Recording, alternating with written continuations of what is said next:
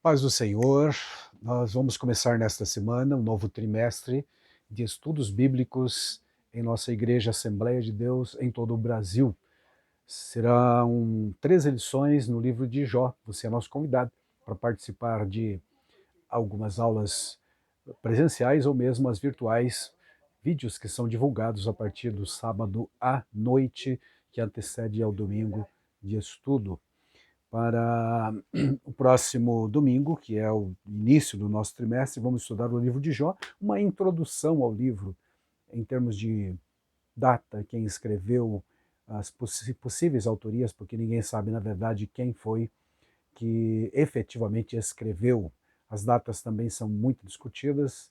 Há quem entenda que o livro retrata um momento patriarcal, lá do tempo dos patriarcas, pelas características internas encontradas no livro, como, por exemplo, o sacerdócio familiar executado por ele, Jó, tal como Abraão e outros. Então, a boa parte dos intérpretes coloca Jó, o livro de Jó, a história de Jó, no período patriarcal, portanto, em torno de 2000 antes de Cristo. Mas há aqueles que acham que seria um pouco mais tarde. Enfim, ninguém sabe ao certo. O fato é que faz parte da Bíblia Sagrada, compõe o cânone sagrado, a coleção dos livros considerados inspirados por Deus, e há muito que aprendermos, sim, com este livro também.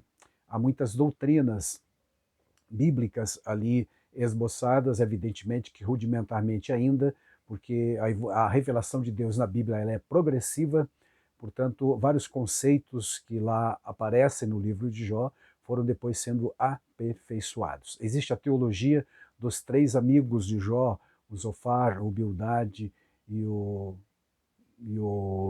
Elifaz, e também o Eliú, que aparece depois meio misteriosamente a partir do capítulo 32. Finalmente temos as palavras do próprio Deus, então no capítulo 38 até o final do livro, quando Deus questiona o Jó, porque em toda a sua aprovação ele o questionou porque estava sofrendo, se achava totalmente justo, mas Deus depois aparece para ele pessoalmente numa manifestação, e o Jó então teve que confessar: falei do que não sabia, meus olhos agora te veem, antes eu te conhecia só de ouvir falar, só um conhecimento referencial, mas agora os meus olhos te veem e eu me abomino no pó e na cinza.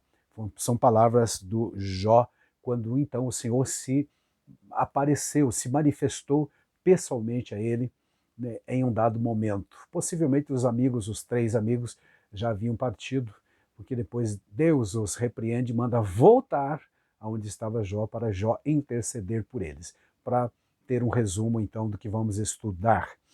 Nossa lição, que serve-nos de guia, de roteiro para os estudos em nossa igreja, tem como tema geral do trimestre a fragilidade humana e a sabedoria divina, o sofrimento e a restauração de Jó.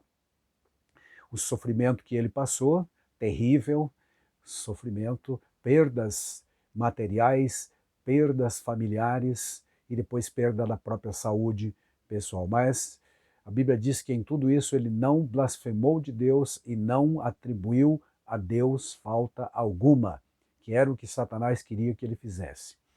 Esses detalhes todos serão estudados neste trimestre, como já dissemos. E você é nosso convidado, então, repetindo, para participar conosco.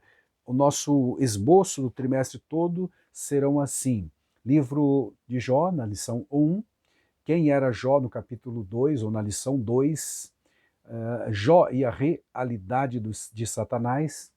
Satanás, que aliás é só mencionado diretamente no capítulo 1 e 2, e no restante do livro nem é mencionado mais.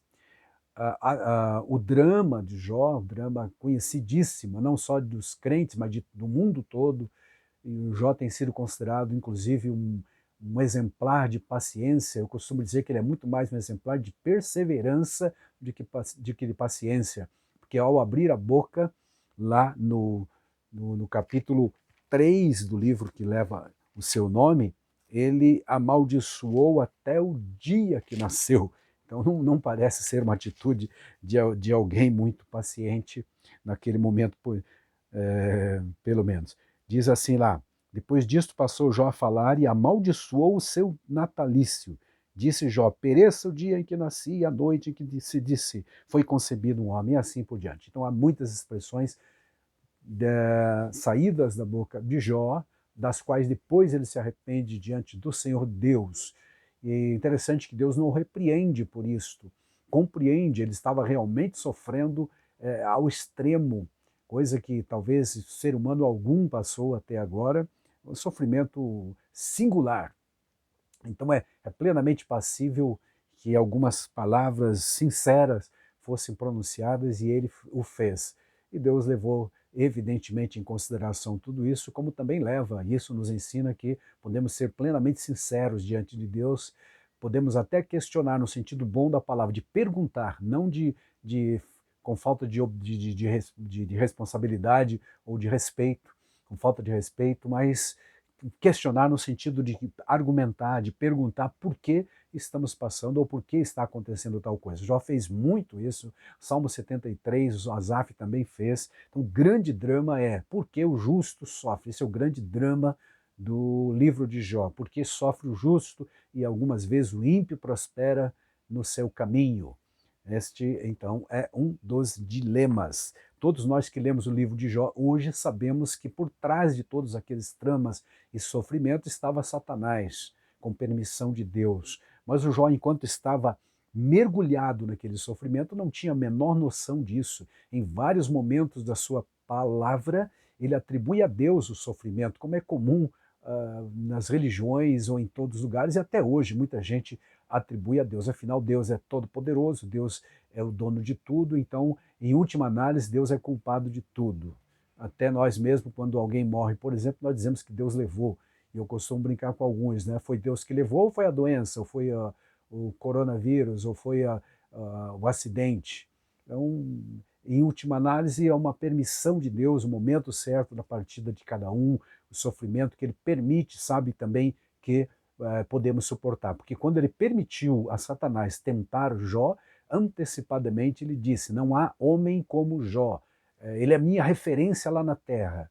Referencial de Deus na terra era o Jó, terra de Uz, onde ele morava e era rico, um rico fazendeiro, dono de muitas posses para aquele período de tempo lá da antiguidade.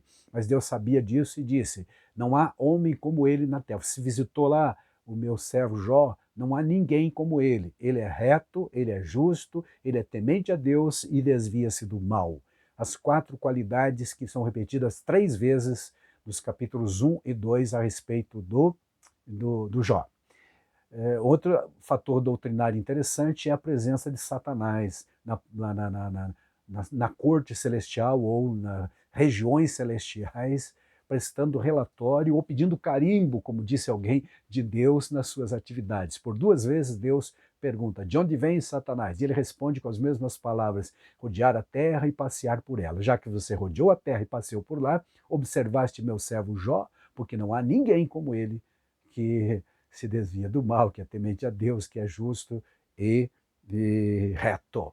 Reto. São as 4 básicas qualidades que Deus igualmente espera de cada um de nós, por mais dura que seja a peleja, por mais árdua que seja a jornada, o crente em Jesus precisa continuar firme, andando pela fé, olhando para Jesus, o autor e consumador desta mesma fé. Um dia desses, nós vamos encontrá-lo na glória. Jó encontrou-o numa manifestação a partir do capítulo 38 do seu livro. Deus, o próprio Deus se manifestou a ele. E então sumiram literalmente todos os questionamentos e perguntas que ele havia. 38, verso 1 diz, depois disto o Senhor, do meio de um redemoinho, respondeu a Jó, quem é este que escurece os meus desígnios com palavras sem conhecimento? Aí o Senhor Deus continua questionando Jó em todo este capítulo. Lá no 39, sabes tu o tempo em que as cabras monteses têm os seus filhos e cuidam das corças e etc. Criação, Senhor da criação. Disse mais o Senhor no capítulo 40, acaso quem usa de censuras contenderá com Todo-Poderoso? Podes tu com o anzol apanhar o crocodilo? Enfim, Deus deu uma verdadeira lição. E no capítulo 42, então Jó agora responde ao Senhor: Bem sei que tudo podes e nenhum dos teus planos pode ser frustrado. Quem é aquele, como disseste, que sem entendimento encobre o conselho? Na verdade, falei do que não entendia, coisas maravilhosas demais para mim, coisas que eu não conhecia. Escuta-me, pois, havias tu dito, e eu falarei, eu te perguntarei e tu me ensinarás. Eu te conhecia só de ouvir, verso 5, mas agora os meus olhos te veem. Ou seja, a fé e o pronunciamento de Jó em todo o período da prova era um conhecimento referencial de uma teologia um tanto falha ainda, imperfeita, não pecaminosa, não desviada, mas imperfeita. Precisava de um aperfeiçoamento que Deus veio agora para pessoalmente reorientá-lo mais precisamente, responder com a sua presença. Não disse por que o justo sofre, porque o ímpio prospera, que é uma resposta que nós gostaríamos de ter no livro de Jó, ou em outro lugar, ou na história da humanidade. Não temos no livro de Jó, mas temos a presença de Deus. E repetindo, quando o sol maior, a luz maior do sol brilha, todas as outras luzes se tornam ofuscadas com a glória de Deus, a presença de Deus, dissipam-se todas as dúvidas. Foi o que Jó disse. Eu conhecia-te só de ouvir falar. Essa expressão quer dizer, o meu conhecimento a respeito de ti era só referencial, me falaram a teu respeito. É o chamado conhecimento referencial. O que é importante é que o crente tenha um conhecimento real e profundo e pessoal do seu Deus, e não apenas de ouvir falar, porque isso não vai dar muito resultado. Então você é nosso convidado a estudar durante os próximos meses, 3 meses do ano, dentro desse tema, a fragilidade humana e a sabedoria de Deus, o sofrimento e a restauração de Jó. Seja bem-vindo às nossas escolas bíblicas dominicais. Elas funcionam, já estão funcionando há algum tempo presencialmente com limitação e via vídeo aulas. Todos os sábados à noite são disponibilizados para que você também aprenda um pouco mais. Fique com Deus, Deus te abençoe e até a próxima. Amém.